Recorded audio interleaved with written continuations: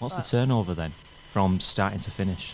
How long does it take? Yeah. It varies. I can generally, to be honest, it really varies, but say like a mural, I'll generally do them in about 3 days. Right, yep. Yeah, I'll try and keep to that, but if it needs more, like I don't like to pigeonhole it into it has to be done, otherwise the quality starts to drop a bit. Right. Yeah. And what motivated you to take up art and do your own business? Oh, just not wanting to do the uni.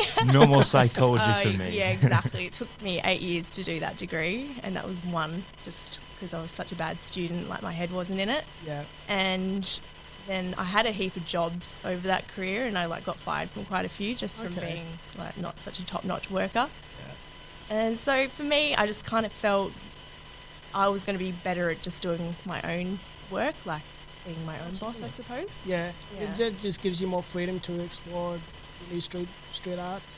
Yeah, that, and it's just like, you know, the thought of getting up every day and being stuck in traffic and then The 9 to till 5 pretend to be sort of normal thing. at work and stuff, you know, all that sort of stuff was kind of a big motivator to want to work for myself. Okay, and what street artists or artists have inspired you to take up what you're doing now? Well, a big one, and everyone knows this one, but Banksy's a big one. Okay, where's that one? He's, I'll just look him up after this, Yeah. Geoff, but he's like international. Okay. Yeah, he was very notorious, and now... Notorious is the right word. Yes, yeah. So he did all his work on the streets for free, like under the cloak of night, but now galleries are literally clamouring over each other to get his stuff worth millions now. So kind of went the opposite direction of what he'd intended, I think. He did the, was it the person, they put a picture of his for auction, weren't they? Yeah, and then, as soon as he it. shredded it. Yeah. Have you got any ideas to do that from your work? I just don't think I'm there yet. I just don't have, I can't pull that off yet, but maybe one day. One day? I hope, yeah. So there is some schemes in the work. I don't know about schemes. I mean, I think that kind of came natural for him because his whole thing was like a rebellion against the galleries and money and that sort of thing. So, yeah, I can see why that would work for him, but I'm kind of like thrilled if a gallery or someone wants a mural. It's like, it's all right. No shredders. No shredders with me. And can you tell us a bit about the Low Blow studios you do with Stacey over the art studio in Yellingup? Yeah. Yep, so we down south have a studio gallery called Low Blow, and Stacey's really into her music. And big shout out to Stacey if you're listening. Shout out to Stacey, she might be listening. And so she's the music side of it, and I do the visual side of it, and we kind of come together. Okay. And yeah, just do a few projects, as well as like I'm always doing my art, and then she's always got other side hustles too. Yeah. Yeah, so we collaborate on a few things, and then also have individual things as well. So when I visited your art studio recently in Yellingup, and I saw the magnificent, beautiful portrait of Marilyn Monroe, what got you captivated to do that amazing street art, the famous figure of Marilyn? Yeah. Do you know, it's really just in the last year I've started to like, I guess, pay attention to her, but I just find she's such an icon. You know, she's just like she was, I guess, a movie star in the 50s, but she really captured like the sexiness and elegance of a woman at a time where it was quite conservative. So I love contrast in people, and I think she definitely has a lot of contrast, you know, in her image. And yeah, also she's a beautiful woman, so I always like doing that too. So what imagination do you have with your street arts, like to get it started with her famous figures that you do? What inspired thoughts did you get from doing that magnificent artworks? Well, I guess I really like icons, like things that just stick in your mind. Okay. You know? So that's sort of the first thing I sort of listened to. And then secondly, like the way she's presented is like very loose, and that's kind of where I guess the street art theme comes in a bit. So just sort of have an image of the icon and how I'd like it to look.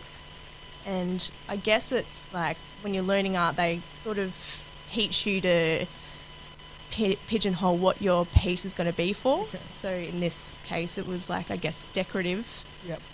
So just making sure it's all like harmonious and that it would look good hanging on a wall. Okay. Yeah. Anybody else? Yeah, so I was just thinking, like you were saying before, you sort of were in the very, I guess, artistic sort of creative mindset when you were younger, and then you went into psychology. Yeah. So you then went back to art, street art. Why did you choose street art in general? Why did you not like painting or drawing? Was that sort of like not your skill, or were you more, how can I put it, were you more interested in street art when you were younger, or were you sort of just like, I can't do any drawing, or I can't do all this natural stuff? Why street art? Well, I tended to do more drawing when I was younger, so Right. I've definitely had my time with that. But I guess when I was coming into it, I just wanted to create things that I wanted to see. Yeah. And so, because I naturally love street art, that was just what I wanted to create as well. Yeah. And, I think if you love it, then you tend to work harder and do better. Also, like, so I guess comes off a bit more better as well. Your the end product is sort of a more true piece. True, yeah, it is. And you got love and energy for it, so you tend to go the extra mile. There you go. Yeah. I mean, I've done pieces where I've just like my heart's not been in it, and it definitely suffers. Right. Yeah. You can sort of feel like it's not as good as what other pieces. Oh, it's just a drag, It's when you're trying to do that last 5% of the piece to get it over the line. Yep. That's like, oh. Just not in it. Just not in it. So what influence have you had from your family and friends with your magnificent artwork and business that you're so heading in so far? Influence? I mean, apart from just lots of support, my mum did art as a young woman or in high school and stuff, but didn't pick it back up. Yeah. I don't have too many artistic friends apart from Stace, who's into her music, but ultimately it's just the support. Everyone's been like lovely. Even that first year where like my art, if you looked at it, it was pretty shabby, but I thought it was good. But yeah, even through like the shabby days, they were all very supportive and wanted me to keep going. So that's probably The shabby days. yes, the shabby days. Sounds like a 1970s TV show. Yeah, well, you need those days, but I was lucky, I guess, to have started it younger, so you have a bit of naivety. So even though your art sucks, you don't necessarily Is know that a it. good thing to have, that naivety? For me, it was, looking back, because it was just no matter what, fail or win, I just was dead set that I was going to keep doing this. I guess, and you're also sort of producing a lot more work with that as well. Yeah, it's just for like sure. whatever it was, it's good, So I'm enjoying it, I'm liking it, it must be good, no matter what everyone else thinks. And also, it's like I'm 30 now, so looking back on my early 20s and those beginnings, I can say that it was, a difficult journey at times. But back then, you don't know it's going to be. So that's kind of what gives you the energy to go at it head Keep going. first. Yeah. So you kept preserving the current. Yeah, and you're like, oh, well, it can't get any worse. It's only up from here. Yeah, exactly. Onwards and upwards. So being surrounded by your peaceful, surrounding nature over in Yellingup, does that help you with your street art? The peacefulness and the nature and the... I guess to a Push up there. capacity it must, because it is just so chilled out there. Yeah. And so there's not really much I have to worry about except working, a few little housekeeping things. But in saying that, I mean, I've been in the city for a few days and I love that too. So I love having both. It's so good to be in nature and then come to the city and like look at all the abandoned buildings or the derelict buildings or the graffiti, all that stuff that I love. Okay, and what's your favourite mural that you've done recently? I did an octopus one in Bustleton Okay, at the closer to the beginning of the year. nice. That's probably my favourite at the moment. And what have you got in the pipeline coming up recently, coming up in the future? Any street house sessions or... Treehouse session? Yeah. Yes, yeah, that's music. I guess it's a little mini music festival that Stacey cool. and I do through Low Blow. So yeah, we'll do a few of these in summer. Yeah, and where can anybody get in contact with that Low Blow? On Facebook, Instagram? Yep, just on Facebook and Instagram. Yeah. Yeah. But apart from that, I've just at the moment taken a step back to kind of do a little bit of learning. Okay. Because I am self-taught. Yep. And doing some painting at the moment, I've sort of realised there's a lot of gaps in my knowledge, especially moving over to colour. Okay. So I've just been taking a bit of time to relearn things that I learned. And what in do you high have to school. relearn with the colour painting and stuff? So you think it would be kind of straightforward, but there's weird things like colour harmony and Okay, so the matching colours? it's kind of the way colours interact with each other. Okay. So there's warm and cool colours, Yep. and depending on the combination you use, they can come out pretty terribly or Okay. really well. Is this like the complementary like analogous? That's like opposites. Right. So complementary means that makes a colour stand out with the other colour. Right. So for example, red and green are complementary colours. Yep. That's why they're used in Christmas, because they make each other pop. They can pop. Yep. But other than that, it's just like crazy things like learning to paint in shapes. So you wouldn't always realise, but looking at paintings of faces, they're not just like paint blended together. It's actually shapes on top of one another. So I'm guessing different shapes help different colours, or is that not what am I really confused now? No, the shapes are more so creating the volume and the depth, Right. and the colours is kind of I don't know well, it all works together for the same goal, but Okay. yeah, the shapes are a bit different from the colours. Right.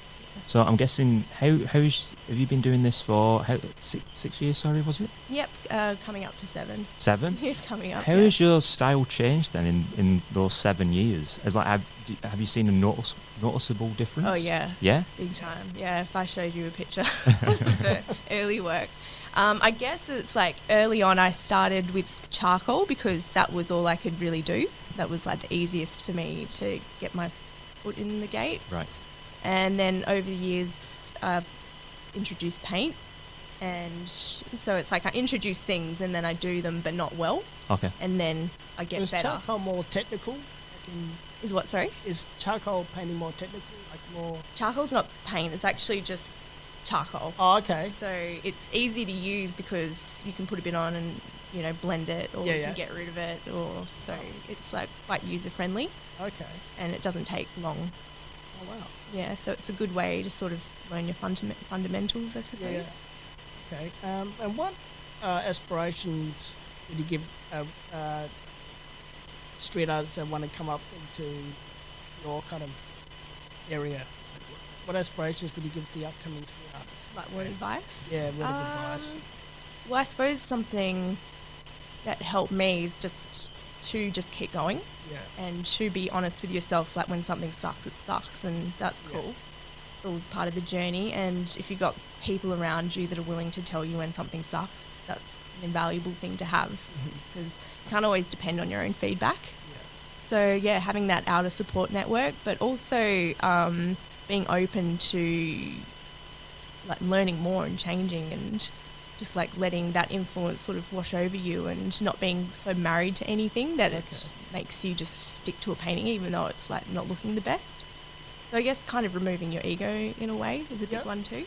Okay, so do you hope in the near future to even do art classes, like street art classes and stuff, for aspiring street artists around I wouldn't mind Southwest. teaching. I have been feeling like I'd like to go more to the youth Okay. group. I mean, Bustleton's got a big youth facility, so I kind of have wanted to do a class with them. Oh, nice. Yeah, I'm hoping to, if they'll have me. Fingers crossed. Yeah. And you else? Any more? No, I think it's such an interesting thing to do. Really, I'm not too. I'm not good at drawing. I'm terrible at drawing. And definitely, you shouldn't see me draw. I can barely do anything with a pencil. Yeah. But it's just such an interesting style. So I don't personally know a lot of street artists. And I find it very interesting to actually come in and talk to you about it. Yeah. It's very different for me. It's a different world. Absolutely. Yeah, well, a lot of people do say that they can't draw stick figures and stuff, but my thing is that everyone has the capacity to. You just Yeah. have to have the proclivity to want to. That makes sense. Okay. Like if you love it, then you'll just keep practicing, and Just get better and better. yeah, like everyone does have the ability to draw. whether you want to Pursue harness it or those. not. I don't think you've seen my drawings. If you're saying I've got the ability to draw. Yeah, I know, but you think about kids and how they draw when they first start, and that's just how you start. Like, I think I was thinking about this the other day actually, where like you know how like when we get older, you know, we sort of like I want to try this hobby, Yeah. but we just do not have the patience for it because we sort of just like I want it now, I want to learn it now, you know. When it always I think is good just to sort of maybe how can I put it, like just when you're younger or like if you have kids or anything. Get them to like draw, get them to play out sport, you know, get them all these hobbies that they can do. Yeah. Find it when they're younger, you know, get them playing piano. Because I was just thinking the other day, like, I would love to play piano, but I don't have the patience right now to learn piano. I think that's such I an like to interesting play the thing. drums. You like the drums? Yeah, I think that's pretty common. I think as you get older, we get a little more apprehensive about trying new things, Yeah. even when we want to. But maybe that's like having, like I mentioned, the naivety. You know, Yeah. Kids are pretty naive, so they just throw themselves 100% into things without being, well, they're not really plagued by insecurity or how they're going to look or anything. Yep. By starting at 0. So, yeah. I think that's a big one. Look, like Yeah, you yeah. might be a little bit embarrassed when you're starting out because you don't know anything about it. Yeah, well, maybe as we get older, we're not as used to not being good at things. Yep. Because, I don't know, maybe it works in our favour to be good at things we do in front of people. But, Right, yep. yeah. So would there be a book in the pipeline for you, Jordan? book? Rush? Yeah, No. not straight out book I or don't think biography so. or- No, I don't even know what I talk about. no? What about a picture book? Colouring book? Yeah, Colouring book, there I'd you be go. open to that for sure. Yeah. Yeah. See? Cool. Money maker. Money maker. So thank you for coming all the way down here from Yelling Up, Jordan, to join us today, me and Alex. It's been an absolute pleasure, Thank you for having a me. privilege Thank to be you. able to Thank you for interview coming you and have a good chat. Thank you for teaching me more about street art. Oh, Yeah, that's amazing. Scratching the surface. Scratching the surface. There's much more. There's much more to know. Oh, yeah, for sure. For sure. So it comes in so many different shapes and forms. So where can everybody get in contact with you via Facebook? Jordan Rush Artworks. Yep, Jordan Rush Artworks on Facebook and Jordan Rush Art on Instagram. Oh, cool. Thank you, Jordan. Thank you. Thank you. No, No for worries. having me. Have a good day, everyone. Cheers.